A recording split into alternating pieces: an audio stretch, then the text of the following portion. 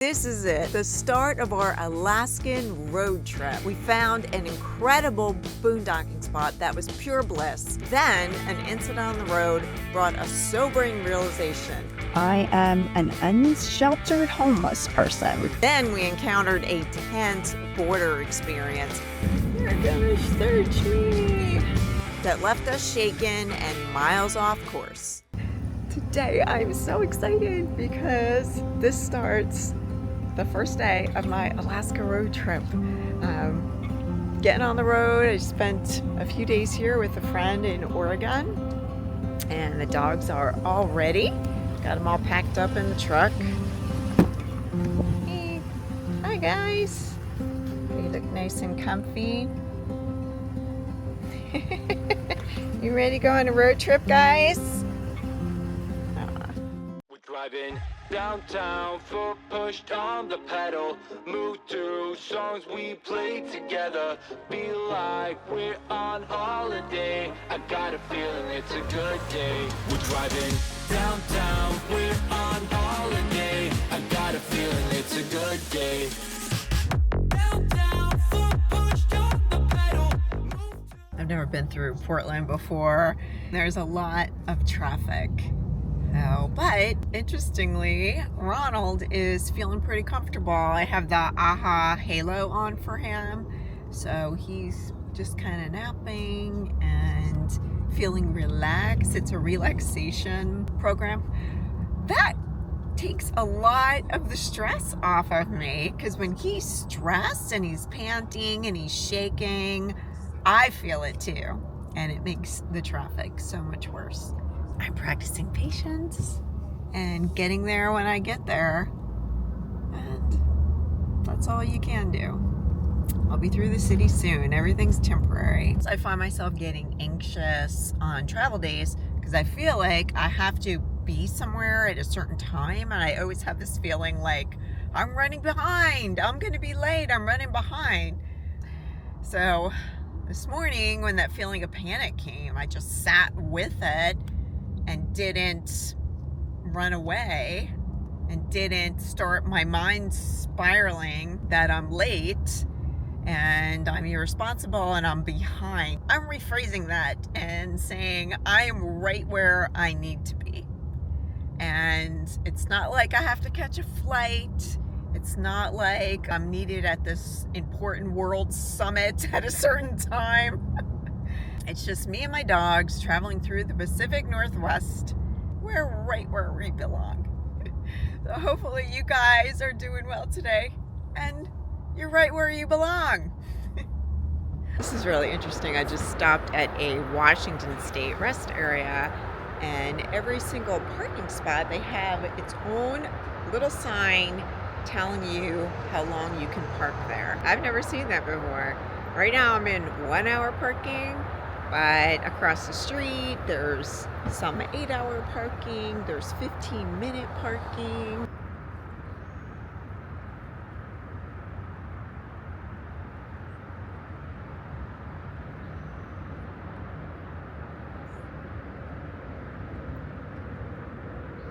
I'm gonna dump out my pee jug for my composting toilet.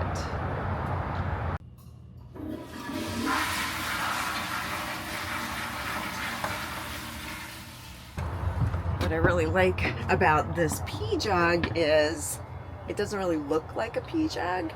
It's super convenient to bring it into the rest area and just dump it out. Just getting a snack, banana, and we'll give the dogs some of their favorite treats. Want some treats? Want your treat? No! No. Okay, Ron, you want one? Ron wants it. I think it's funny when Lilo doesn't want a treat or doesn't want food, she pushes away with her nose. She's not feeling very well. She's doing a lot of poops, and it's very watery, squirty. I call it squirty poo-poo. Hopefully she feels better soon.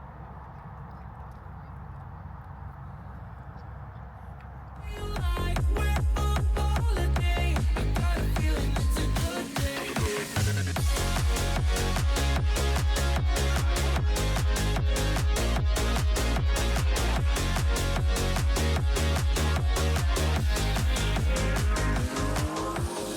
back to the days, down memory lane. Back to the times when our life was a breeze. Feel the freedom again, my mind was at ease. The sky was so blue when we rolled down the street. So, hey, I just wanna touch your vibe. I just wanna touch your vibe.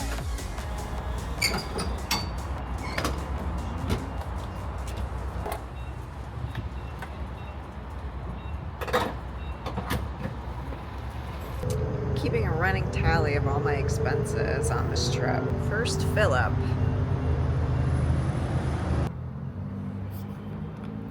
Now we're hitting Seattle traffic.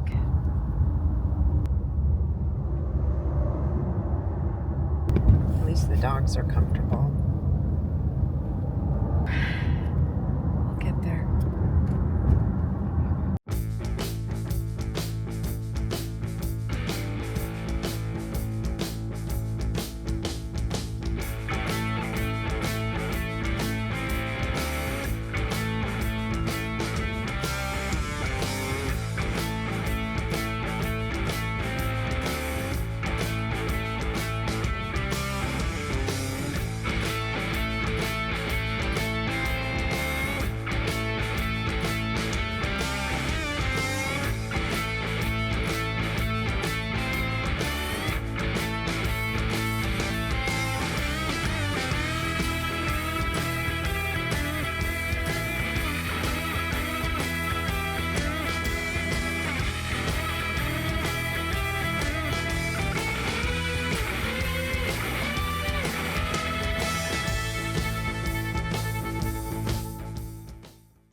Hey, we arrived at the Boondockers. Welcome. It is nice. It's somebody's private property, and there's just this grass area here, very well manicured. I think I'm in the right place. There's a sign over there that says camping here. So I haven't heard from the hosts. I sent them a message, but I haven't heard anything back yet.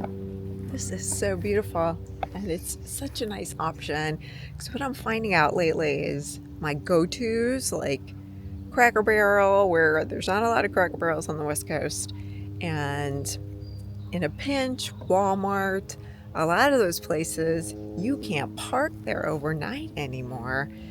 So having something like this is fabulous.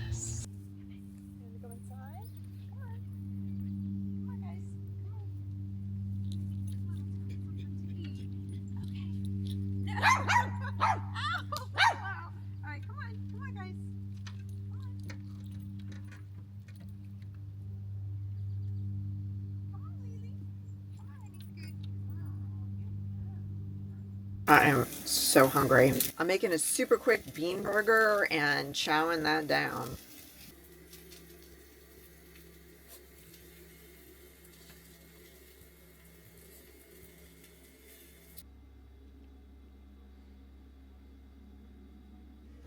Ah. Cheers, friends. There's a truck out there peeking around a bush. I didn't see that there before. I didn't see anybody. Yum. Quick, easy. Sugar snap peas are so good.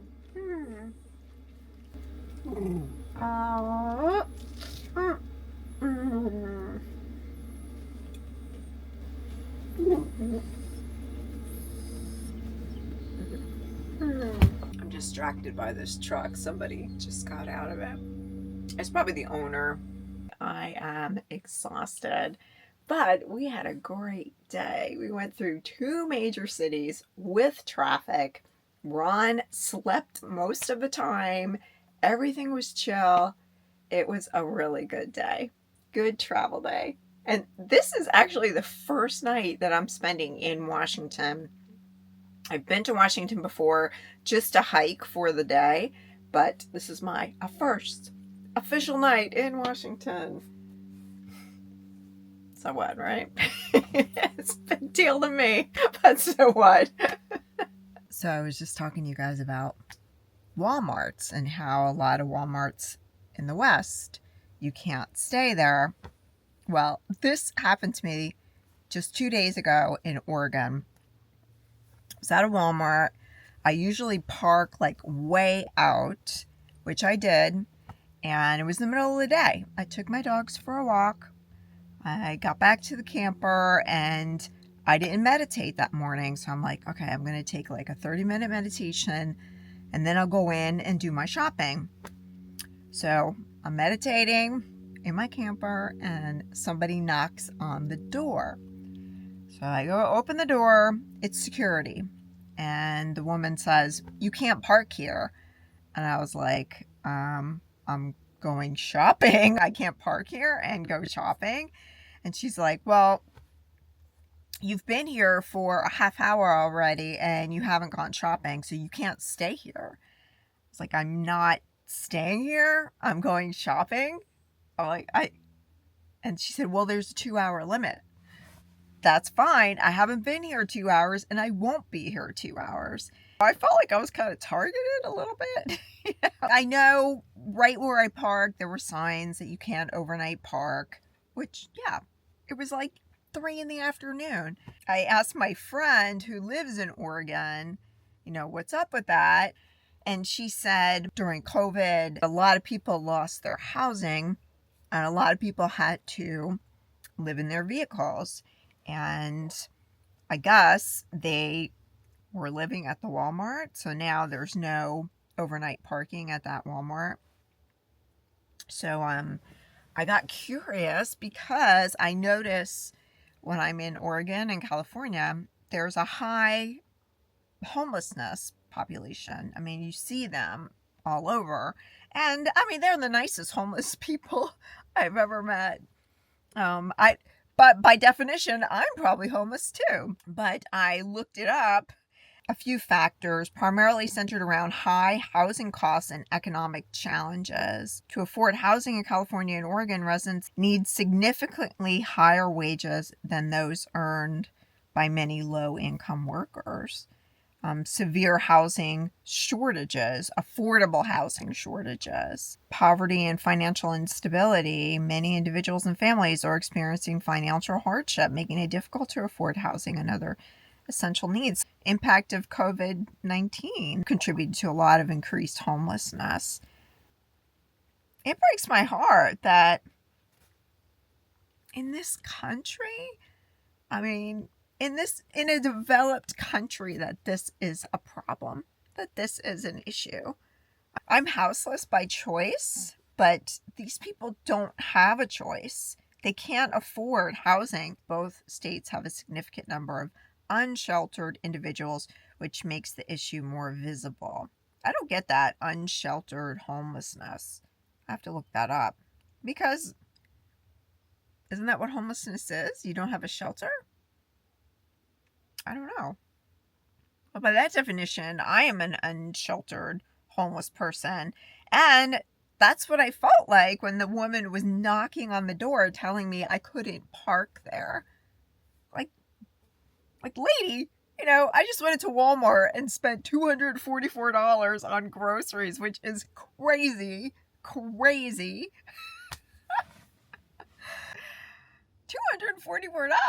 I'm in Walmart, not at Whole Foods. But that's how it is now. But and I just bought groceries and dog food. Yeah, I didn't buy like a TV or something. Yeah, TVs are like $139, but you buy your produce and rice and bread and it's $244. How is that possible? How does that even make sense in this country? I don't know. But after I paid the $244, I said, I got to get my butt out of the USA. And I'll always be a resident of the USA, but I would love to just go to maybe Mexico or Central America and live there part of the year in my camper. And I'm going to do that. Right now I'm going north, but probably in the winter I'm going to go south, like south. I would love to go all the way to Patagonia. The possibilities. When I first drove into Oregon from California, I spent the night in Asheville in a rest area, and there was a homeless guy there, and he came over and started talking to me, and he was asking me if I smoke pot, and I said no. And I mean, nothing against pot. I actually went through a certification course for cannabis nursing. I think it's a wonderful medicine for a lot of different things, and it has been a wonderful medicine for thousands of years. Because I don't really like the way it makes me feel, I don't smoke. And then he asked me, oh, do you do meth? Sorry. I'm like, no, I don't do meth. And then he was saying that he slept outside on the ground. And I was like, it was kind of cold last night. Weren't you uncomfortable? He goes, no, I do meth and I'm fine. And I said, oh, I'm sorry. That seems like a very hard life. He goes, no, it's not. It's fun. I was like, how long have you been homeless? He's like 50. He said, oh, since I was like 20 years old. He's just been homeless for 30 years of his life. And he said, it's okay. You know, I know where to go. And he said, it's okay. And he does meth to go to sleep. I don't know. That kind of blew my mind, because I always think of, that they don't want to be homeless. But he was fine with it. He said that there was a lot of freedom in it. Different perspective. And meth is fun. Okay. I'm kind of jabbering here. I'm going to read the rest of my book. My friend Andy wrote this book, and I'm on the tail end of it. So, Andy, I'm reading your book. It's very, very imaginative. He's a great writer. And then I'm going to sleep. I am an unsheltered homeless person. Okay. I just got to embrace that. I just got to embrace it. All right. Good night, everybody. See you in the morning. Good morning, everybody. It's a beautiful morning here. I'm so glad I did Boondockers Welcome, because the truck's gone now. But it was a very, very peaceful night. All I heard was frogs. I love going to sleep hearing frogs. So now I'm taking the dogs for a walk. Come on, Pee-wees. All right. Here, I didn't even get my shoes on yet, Ron.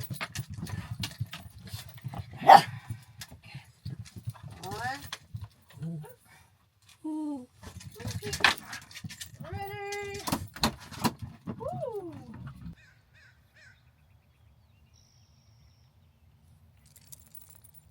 Wow, this beats Walmart any day. It wasn't very far off my route at all. It was definitely worth it. I think I'm going to be using Boondockers Welcome more often. I haven't seen the hosts. They sent me a message and said just have a good night's sleep.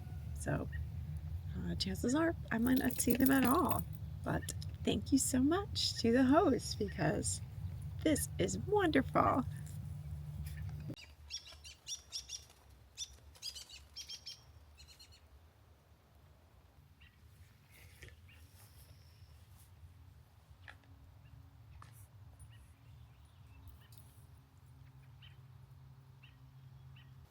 One thing I forgot about, sounds funny, I forgot, because we spent so much time in the Southwest this past winter, was fleas and ticks. So when we got to Oregon, Lilo had a couple fleas on her. So immediately flea bath, starting their flea regime, which is a daily thing because I do holistic. So they have this little holistic tag on. It's supposed to work with their natural body chemistry to repel fleas and ticks. They also get a daily garlic and brewer's yeast supplement. I spray them, I flea comb them after walks. I think that's it. Is that enough? I am just wowed by the lush green and the crisp, cool air. Spending so much time in the desert, they really make an impact on you when you travel to some place where there's so much green and tall, beautiful trees and humidity. It really does make you stop and notice and be thankful. But I'm thankful for the desert when I go there too. So it's a great way to live. to be able to experience those things as a part of your daily life. Today is a very exciting day because we're crossing a border. We're going into British Columbia. I have to get my passport out and the dog's rabies shots. Last time I went into Canada was into Ontario, and that was about 2 years ago. And at that time, I had to stop at a vet and get them a health certificate that had to be signed and filled out by a vet. I saw online, you don't need the health certificate anymore, just the current rabies shot. So I'm hoping that's true because that's all I got. But I don't foresee any problems getting over the border today. Another thing, everybody who gave me wonderful words of support for my last video, I appreciate it. I feel so much better about life, so much better about the way I'm talking to myself because now I can see it. I can hear it. Going through something really hard is a good thing because if you learn from it and develop different habits from it, you're going to come out on the other side being a better person, having a better life. So thank you all so much for being here. An upgrade that I did, I bought a different water filter. I used to use a Berkey and I've used it for 5 years. I had it in my van and it worked well in the van. It seemed like I had more counter space in the van and I had a place for it. But in the camper, I was always moving it around and then it was precarious when I was driving. Sometimes they would fall over. I would store it in the wet bath when I was driving just in case it fell over. I got this water filter. Have it right there in the corner. And then when I want filtered water, I just turn this thing and put it on. So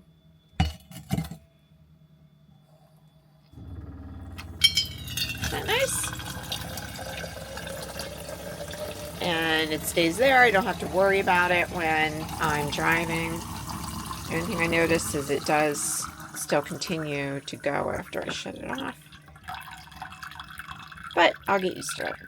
Some of you watch me awkwardly do my pour over with my pot, and I invested in a gooseneck kettle. I used to have one, but it broke. Now I have this little cute guy. Look at him. And it also gives you the temperature so you know exactly what the temperature is for your brew. So much more convenient than the pot. And the coffee tastes better.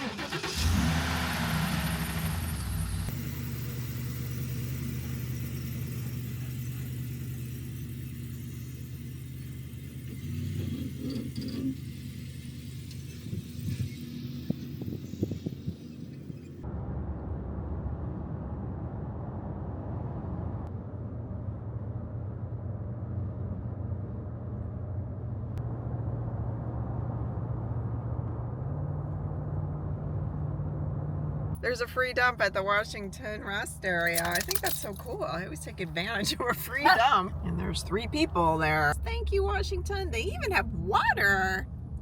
How cool. I love free dumps.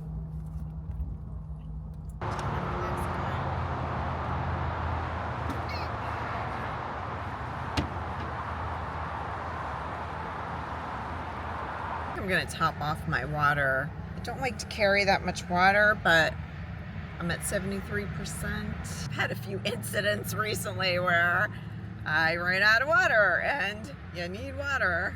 So I'm gonna top it off.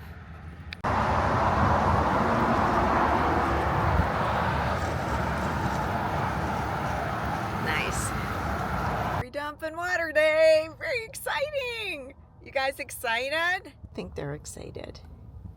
Got the AHA halo on a relaxation program for Mr. Ron.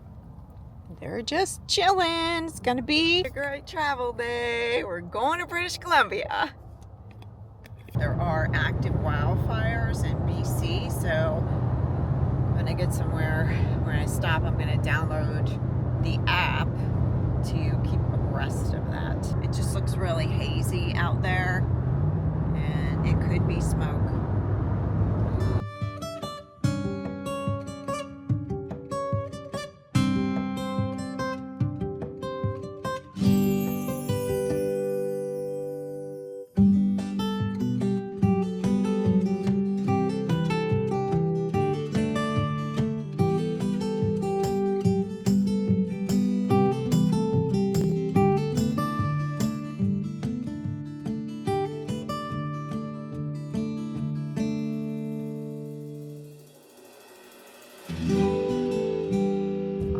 This is it. This is the border crossing. In 300 feet, continue straight onto Suma's Way, British Columbia 11 North. Are you traveling with $10,000 or more? No. A gun or a weapon? Pepper spray, taser, stun gun? Nope. Alcohol, tobacco, or cannabis with you? No. And food of any kind? Just, my snacks for my dog, like dog food and stuff like that. Any poultry? Poultry? No. Yeah. Ah, shit. They're gonna search me. So we made it through, but I was detained maybe for about 45 minutes, and they searched the truck and the camper. They made me take the dogs out and put them in a kennel, which they did not like at all. They were kind of freaked. And then I had to sit in the immigration office while the officer went through all my documentation. I had to show them the letter that I got from the Vipassana Center, because I'm volunteering at a Vipassana Center for a few days, and they sent me a letter just in case immigration wanted to see it. So I'd explain what Vipassana was and give them the letter, and they asked me a whole bunch of questions. Where they make you sit, you can't see what they're doing in your vehicle. That was the first time I've ever been detained at a border. It wasn't horrible. My storage area on the back of my truck, and you can't even open the door without crap falling out. Okay, let me figure out where I'm going. I'm about an hour and a half away from my camp spot.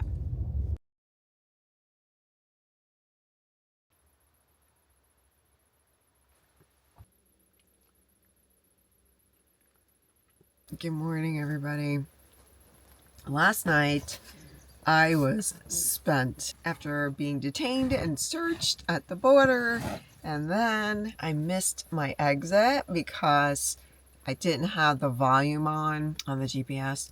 So I blew right through my exit, and the turnaround point was on the other side of a mountain. And then I realized I put the wrong directions into the GPS. I put the directions to the Vipassana Center, not my camp spot. I was so tired. Right now, I'm like 2 minutes from the Vipassana Center, and there was a clear area, and I just parked here. But nobody bothered me. If you guys don't know, the Vipassana Center is a meditation center. I've done 2 10-day silent meditation retreats there, and they teach you Vipassana, which is a style of meditation that was started by the Buddha, and they carry on that tradition. It's not religious. The Buddha was not religious. He was trying to teach people a better way to live, a way to not suffer as much in life, and just have a better life and be better people, humans, to everyone and every living thing on the planet. I'm getting up for the day. We're going to the Vipassana Center, and I'll pick you guys up next time. Sending love to everybody.